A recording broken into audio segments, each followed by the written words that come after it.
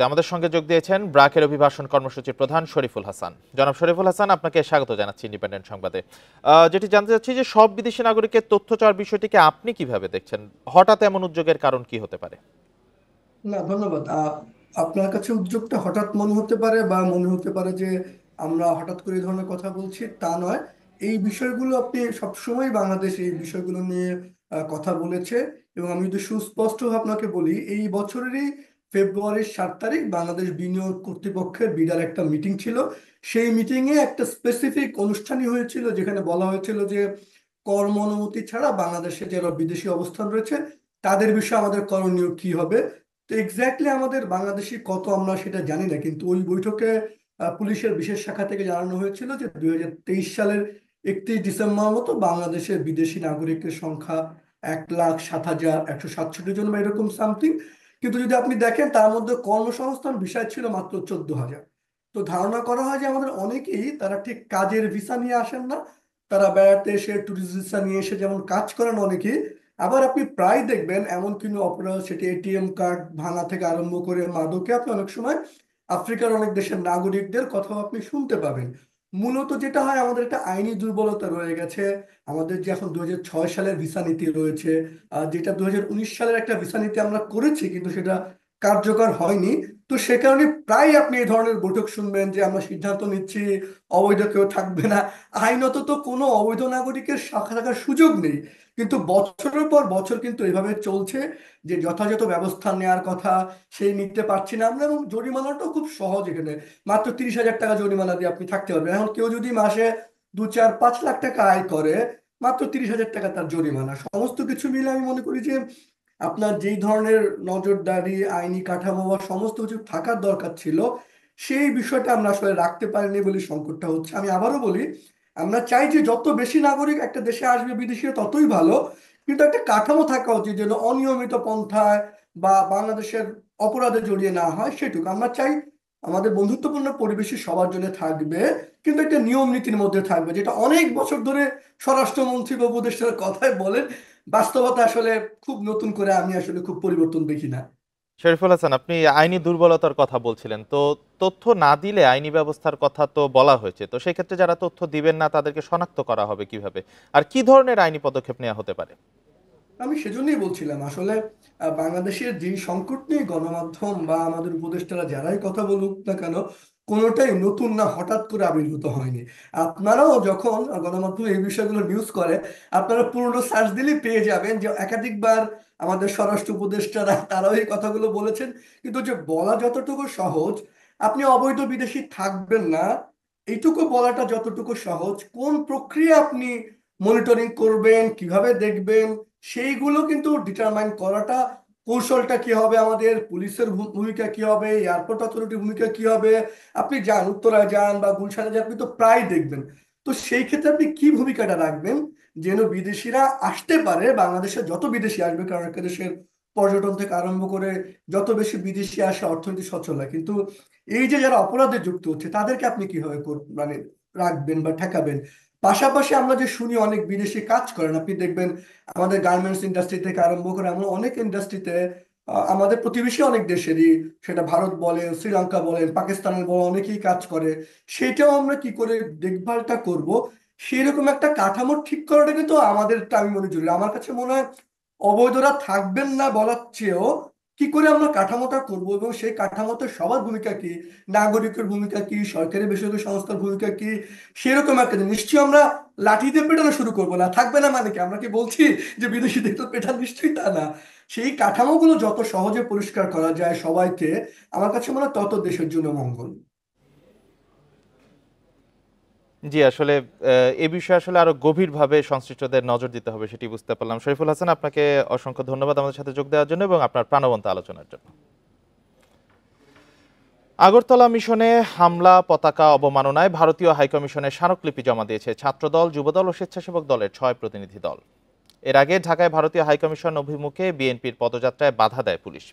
পরে পুলিশের সাথে কথা বলে 6 প্রতিনিধি যাওয়ার অনুমতি পান।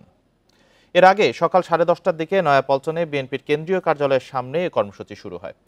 সেখানে সংক্ষিপ্ত সমাবেশে আগরতলায় বাংলাদেশ মিশনে হামলা, জাতীয় পতাকার অবমাননা ও উস্কানিমূলক অপপ্রচারের প্রতিবাদ জানান বক্তারা।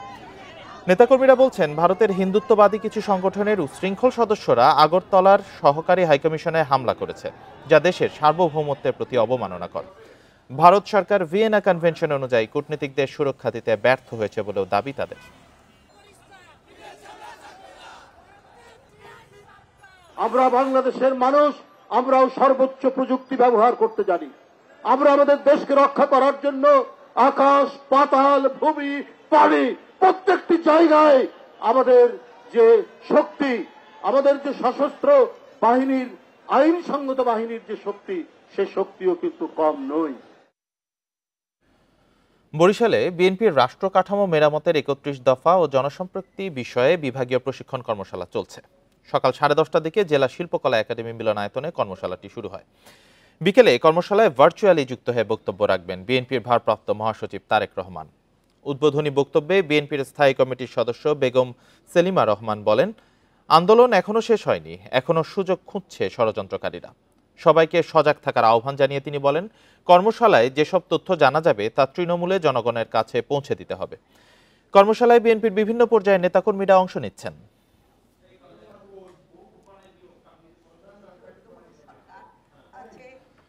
কূটনৈতিক টানাপোড়েন চলার কারণে শুধু বাংলাদেশ নয়, ভারতও ক্ষতিগ্রস্ত হচ্ছে বলে মন্তব্য করেছেন পররাষ্ট্র উপদেষ্টা তৌহিদ হোসেন। দুপুরে জাতীয় প্রেস ক্লাবের সার্ক ভিত্তিক সাংবাদিকদের ফোরামের আলোচনায় এ মন্তব্য করেন উপদেষ্টা। তৌহিদ হোসেন বলেন, কয়েক মাস ধরে ভারতের সাথে বাংলাদেশের সম্পর্কের অবনতি হওয়ায় দুই দেশের অর্থনীতি ক্ষতিগ্রস্ত হচ্ছে। 5ই আগস্টের পরে সম্পর্কের গুণগত পরিবর্তন হয়েছে, তবে সম্পর্ক কিভাবে এগিয়ে নেওয়া যায় তা নিয়ে কাজ করতে হবে। সোমবার ঢাকায় বাংলাদেশ ভারত পররাষ্ট্র সচিব পর্যায়ের বৈঠক ফলপ্রসূ হবে বলেও আশা প্রকাশ করেন পররাষ্ট্র উপদেষ্টা। এ সময় 10 বছর ধরে সার্ক সম্মেলন না হওয়া দুঃখজনক বলে মন্তব্য করেন তৌহিদ হোসেন।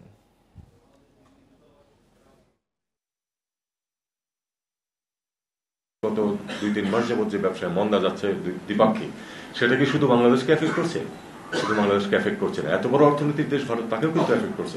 পরিমাণটা হয়তো প্রপোর্শনালি হয়তো অত বেশি না, কিন্তু এফেক্ট কিন্তু করছে। আমরা আশা করব যে এই অচলাবস্থা আমরা কাটিয়ে উঠতে পারবো। অচলাবস্থা কাটিয়ে ওঠার জন্য সবচেয়ে গুরুত্বপূর্ণ হচ্ছে আপনার পারস্পরিক যে যোগাযোগ স্থাপন, দেখা সাক্ষাৎ। আওয়ামী লীগ সরকারের আমলে জলবায়ু তহবিলের নামে জাতীয় স্বার্থকে জিম্মি করে কায়েমি স্বার্থ রক্ষা করা হয়েছে। এক যুগে এ খাতে ছিল শুভঙ্করের ফাঁকি। প্রকল্পের নামে দুর্নীতি ও অর্থ আত্মসাৎ করা হয়েছে। এ খাতে দেশি বিদেশি সব ঋণের হিসাব নিরীক্ষা জরুরি বলে মনে করে টিআইবি ও জলবায়ু গবেষকরা। আওয়ামী সরকারের দুর্নীতির শ্বেতপত্র পর্যালোচনা করে এমন মন্তব্য তাদের। আওয়ামী লীগ সরকারের আমলে 2022 সালে $200 বিলিয়ন ন্যাশনাল অ্যাডাপ্টেশন প্ল্যান গঠন করা হয়। এর আওতায় জলবায়ু ঝুঁকি মোকাবেলায় অভিযোজন প্রশমন খাতে 800 প্রকল্প গ্রহণ করে সরকার।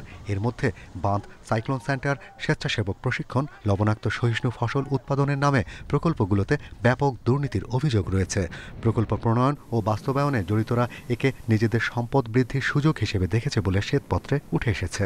যে অঞ্চলগুলো সবচেয়ে বেশি ক্ষতিগ্রস্ত, ঝুঁকির সম্মুখীন, সেখানে না হয়ে মন্ত্রী এমপিদের বাড়ির কাছে বা জেলায় উপজেলায় এই প্রকল্প হয়েছে, যেগুলো কোনো জলবায়ু পরিবর্তনের সাথে কোনো সামঞ্জস্যপূর্ণ ছিল না। অর্থাৎ এখানে ভেস্টেড ইন্টারেস্ট, কায়েমি স্বার্থটা এখানে কাজ করেছে জাতীয় স্বার্থকে জিম্মি করে।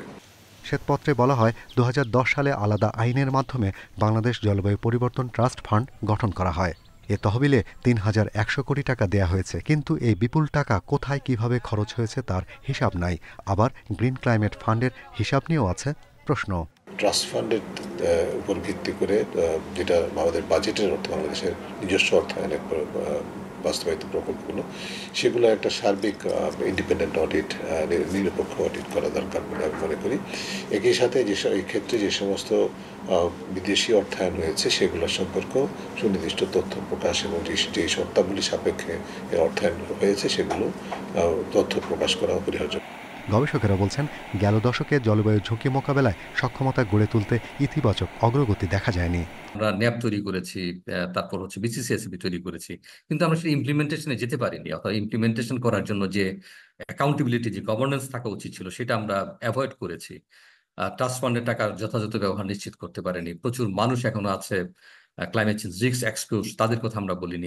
শ্বেতপত্রে বলা হয়েছে জলবায়ু তহবিল থেকে বাংলাদেশকে ছিটকে দিয়েছে দুর্নীতি। ঝুঁকিপূর্ণ দেশ হওয়া সত্ত্বেও কমেছে বরাদ্দ। Shahriar Anirban, independent news, Dhaka. Doctor Mohammad ইউনূসের নামে শ্রম আইন লঙ্ঘনের 5 মামলার কার্যক্রম বাতিল করে হাইকোর্টের দেয়া রায় বহাল রেখেছে আপিল বিভাগ।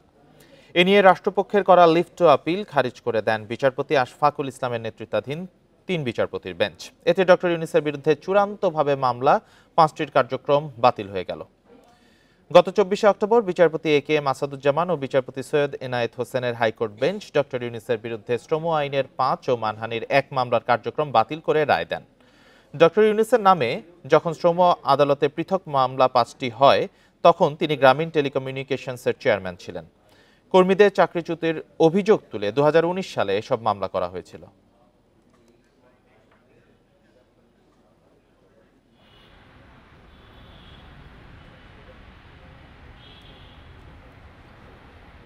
দেখছেন বিরতিহীন সংবাদ দুপুর। সংবাদে আরো যা দেখবেন, চট্টগ্রামে চিন্ময়ের বিরুদ্ধে ব্যবসায়ীর হত্যা চেষ্টা মামলা। ধর্ম অবমাননার মামলায় সুনামগঞ্জের আকাশ রিমান্ডে।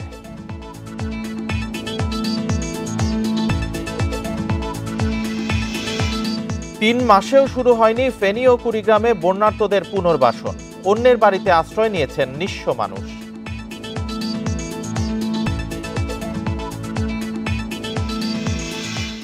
গত কয়েক বছরের মতো এবছর 1 জানুয়ারি বই উৎসব হচ্ছে না বলে জানিয়েছেন প্রাথমিক ও গণশিক্ষা উপদেষ্টা অধ্যাপক ডক্টর বিধান রঞ্জন রায় পোদ্দার। তবে জানুয়ারি মাসের মধ্যে সব পর্যায়ে শিক্ষার্থীদের হাতে বই তুলে দেওয়া হবে বলে জানিয়েছেন তিনি। সকালে খুলনা বিভাগীয় কমিশনারের কার্যালয়ে উপদেষ্টা বলেন, প্রতিটি শ্রেণীর বইয়ের কিছু অধ্যায় পরিমার্জন ও পরিবর্তন করার কারণে বই ছাপাতে দেরি হচ্ছে, তাই শিক্ষার্থীদের হাতে বই তুলে দিতেও দেরি হবে। সভায় বিধান রঞ্জন রায় আরও বলেন, 5 বছরের মধ্যে পর্যায়ক্রমে সব প্রাথমিক বিদ্যালয়ে মিড ডে মিল চালু হবে, যা আগামী বছরই প্রকল্প আকারে চালু হচ্ছে। এ সময় তিনি প্রাথমিক বিদ্যালয়ের অবকাঠামো সহ বিভিন্ন জায়গায় গুণগত পরিবর্তনেরও কথা জানান।